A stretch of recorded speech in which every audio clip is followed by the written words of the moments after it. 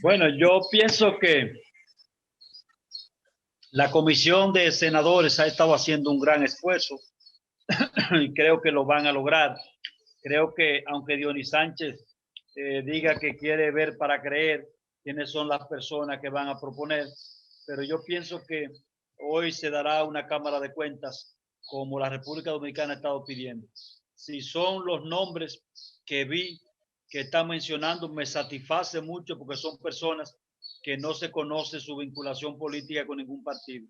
Y si son técnicos y tienen las competencias y tienen la profesionalización y van a trabajar con la transparencia necesaria y no pertenecen a ningún partido político, no están amarrados y serán personas que harán un buen trabajo y eso esperamos. Porque el problema ha sido que no hemos contado en su historia con una Cámara de Cuentas que haga sus funciones, que haga el trabajo para el cual fue escogida y está establecido en la Constitución de la República Dominicana y en la ley que la crea.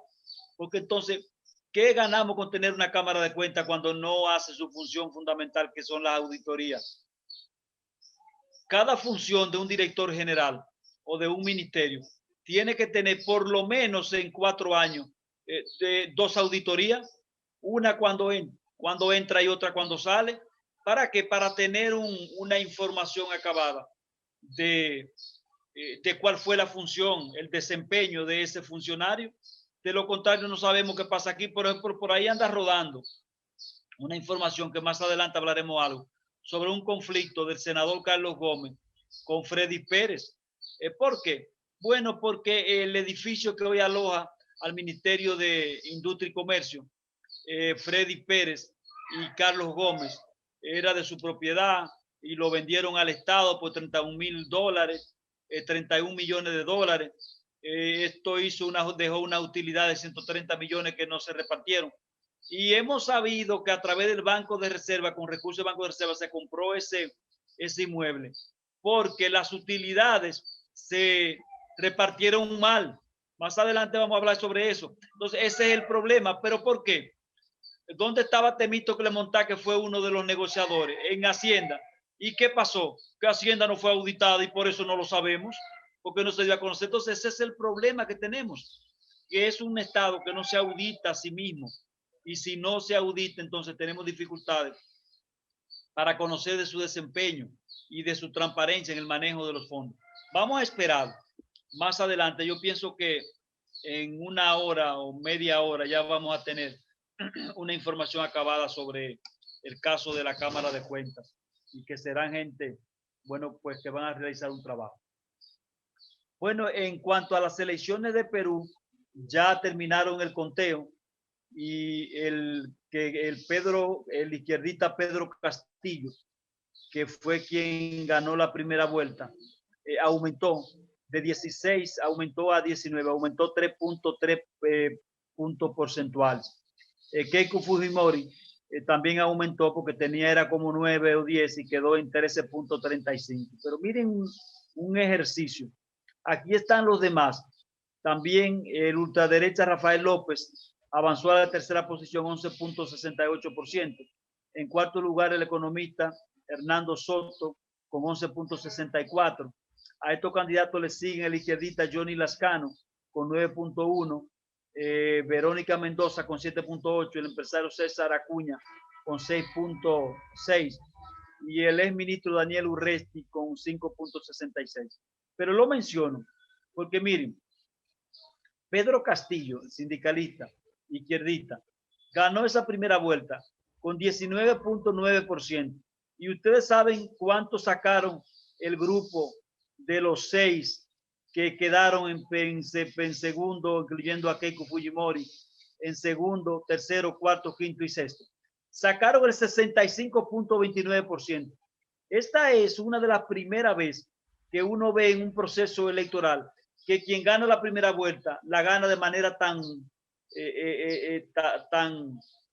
baja, tan pobre. Es increíble, con 19%, mientras que le siguen los demás y el grupo y el grueso sacó 65.29%. Haciendo un análisis de quién quedaría con quién, cómo podrían quedar las cosas en una eventual segunda vuelta, en una segunda vuelta que tiene que venir. Tendríamos que con el señor Pedro Castillo se unirían los señores, el economista, el izquierdista Johnny Lascano con 9.1, la izquierdista Verónica Mendoza con 7.8, se unirían, que junto a Pedro Castillo tendrían entonces, junto a Rafael López, Pedro César, tendrían un 42.5%, mientras que con Keiko Fujimori se unirían el economista Hernando Soto, que tiene un 11%, también recibiría el apoyo de César o Acuña, y también Daniel y Johnny Lascano, y los 13.35 de Keiko llegaría a 45.6%. Así podrían quedar las cosas, viéndolas desde el punto de vista de que los intereses de izquierdista contra ultraderechista, izquierdista y ultraderechista, si los intereses se unen, de lo que son de la derecha se van con Keiko Fujimori, si no tienen algunas rencillas o situaciones insalvables que podrían llegar a acuerdo. Esta es la tercera vez que Keiko Fujimori, la hija de Alberto Fujimori, un presidente fenómeno de Perú, que todo el mundo sabe la historia, cómo llegó, pero también cómo terminó en la cárcel. Es la tercera vez que se presenta y va a la segunda vuelta, la segunda al mando. Las otras ocasiones, en elecciones muy cerradas, perdió en 2 ocasiones. En esta ocasión va a la tercera vez y aquí la situación está un poco complicada para Pedro Castillo, que quedó en la primera vuelta en primer lugar, porque aunque Keiko Fujimori sacó casi un 5% menos que él, pero tiene mayor posibilidad de ganar el apoyo del ultraderechista Rafael López, que tiene un 11.68%, del economista Hernando Soto, que tiene un 11.64%, y del empresario César Acuña con 6.6 y el ex ministro Daniel Urresti con 5.66.